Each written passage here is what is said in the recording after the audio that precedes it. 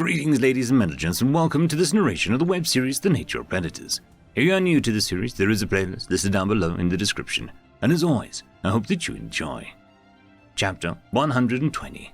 Memory transcription subject Captain Sovereign, United Nations Fleet Command. Date Standardized Human Time, January 15th, 2137. The Predator's war strategy hinged around hitting the two Federation founders where it hurt. The Colchians always offered severe resistance, as they proved that they could hold their own against the masters of killing, after all. During my therapy sessions, one topic discussed was the reality of that the Commonwealth could have intervened on the Cradle. They possessed the technology and the numbers to smack an Orcs raid down like it was nothing.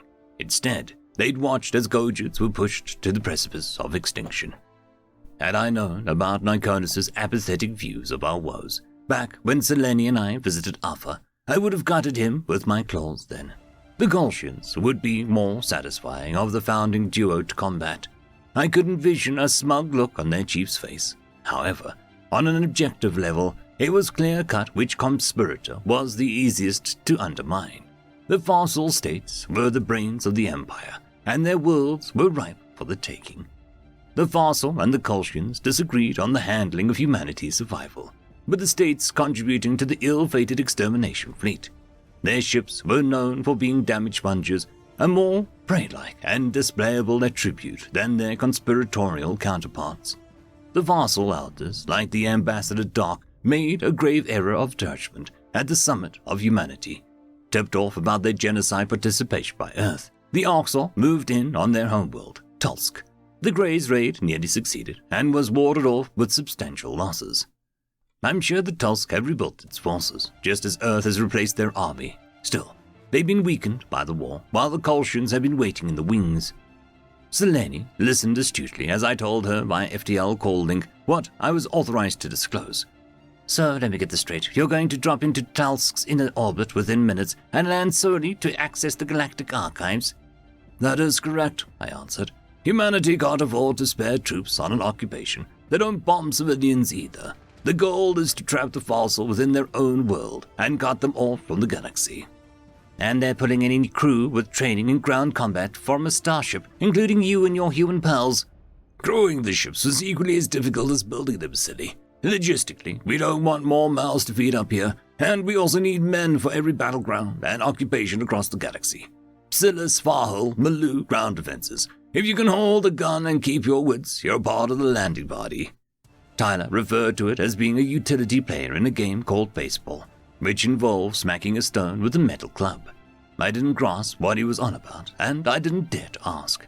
That human was rather unapologetic with his predatory hobbies. Selene pressed her toes to her head. So you're coddling together some non-essentials from your ship, and they're all heading planetside during an orbital battle. That's suicide. The Predators have a distraction planned. The fossil ship should be concerned with other events. I'll be fine. We've got a plan. A plan that involves deorbiting a lunar body and fits in with the general picture of Terran psychosis, a normal day in the United Nations service. Thanks for the non-answer, the Harkin reporter grumbled. I thought that we were friends, Sovereign. Give me something like, why was the satellite footage of naval armaments being loaded on Terran carriers, which we know from subspace trails were heading for Federation-bound? That was the other deranged part of the mission, which was anything but a routine landing. The Terrans noticed a patch of Tulsk's oceans was unreadable by standard sensors during stealth recon. Intelligence coupled this with the communications between archive staff, discussing shipping exercises. Like any normal species, the primates drew the conclusion that the fossil were hiding incriminating information underwater, and based their mission parameters on this assumption. Did the United Nations believe that habitats under the ocean were possible? If the humans weren't grasping at straws on this one, I'd be beyond impressed with their deductive skills. At this point, I don't think their insanity was up for the debate.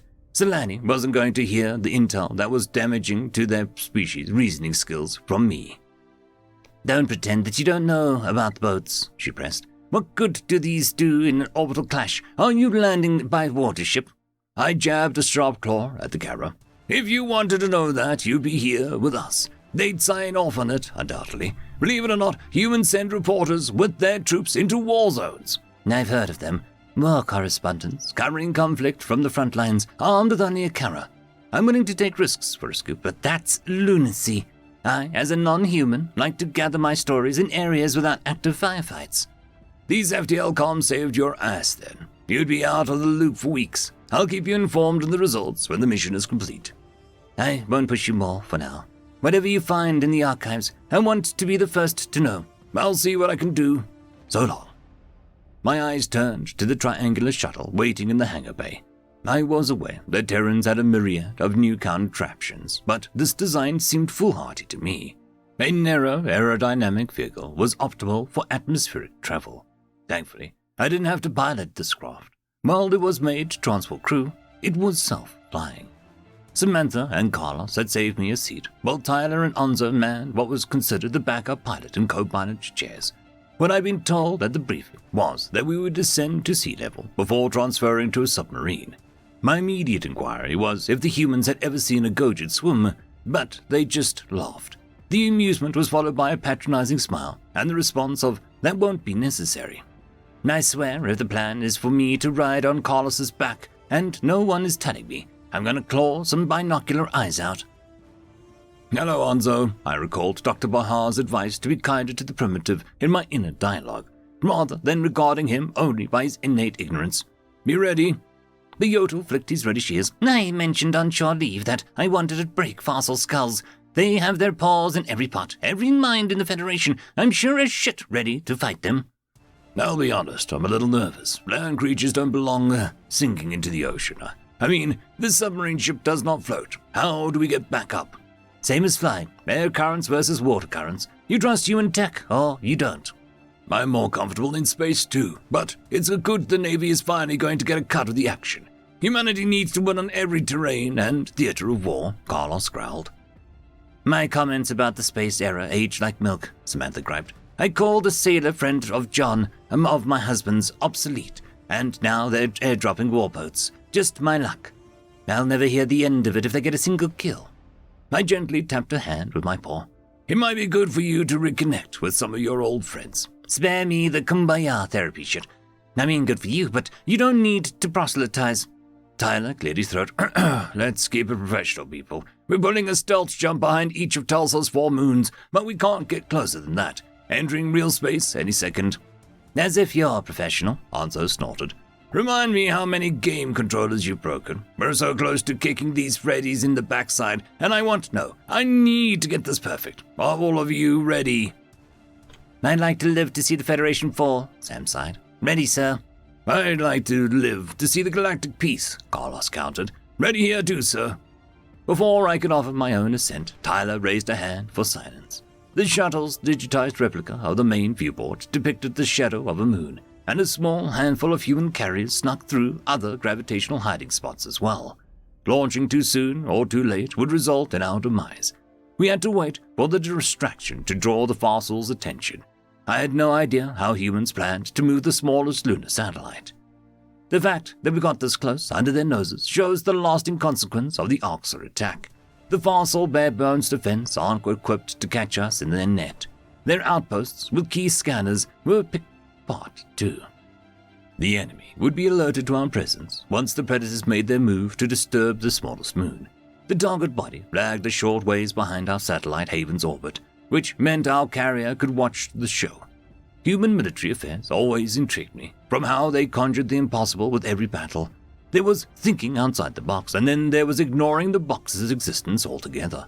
Rules and conventional wisdoms didn't apply to them.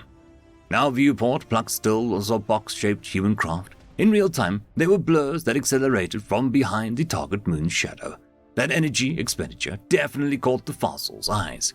The objects had been gaining momentum with the subspace and exited warp at a mind-bogglingly pace. These were very evident drones, though they were unlike the Terran's conventional battle technology. I squinted in confusion as the lead cubicle craft blazed towards the deformed rock without slowing. The first impact caused a geyser of debris to erupt from the moon, while the drone was obliterated. There appeared to be a slight slowing of the lunar body's orbit, though it was fractional. It was insanity to think that they could redirect a celestial object's momentum. The humans were undeterred, however, and launched more of the peculiar boxes into the moon. "Member and Protector," I murmured. They're chipping away at its momentum, throwing ships at it, until it changes course. Carlos released a shrill noise by blowing air through his teeth, which made me flinch. It's simple kinetic impact. I remember we used this same tech to deflect an asteroid from Earth back in 2129. Hanzo flicked his ears. It's like shifting a boulder that's already rolling downhill. It's gotta be a shit ton of momentum, but you collide enough objects with enough force and you could theoretically change where it's rolling to. So this was a brute force planetary defense system that you weaponized because you're predators. Carry on, I guess, I huffed. Panic fossil ships rushed towards the moon, but they, understandably, were not prepared to stop murderous monkeys from dislodging a massive satellite. The United Nations chipped away at the orbital momentum, deflection by deflection, until the speeding rock had visibly changed its arc. Tulsik's gravity won out in the absence of blistering orbital velocity, and the mile-wide rock began to careen towards the planet. Tyler took that as our cue to launch the triangular shuttle, which was prepped for this moment, away from our carrier. The fossil vessels concentrated fire on their falling moon, and struggled to simultaneously fend off Terran warships which harassed them on approach. To top it off, our big guns were within orbital range, but the Predators were using precision strikes against bases rather than antimatter city hits. There was no way for the enemy to watch for surface-bound transports, with all the chaos preoccupying them. I wasn't surprised that no craft moved to intercept us, and that the ride down to Tulsik's surface looked to be seamless. The idea of descending below the ocean still left me riddled with unease. My spines were bristling, and it wasn't from the humans' eyes. Your crazy plan worked. I tried to focus on the fossil missiles fruitlessly impacting their own moon, rather than the blue patches enlarging before us.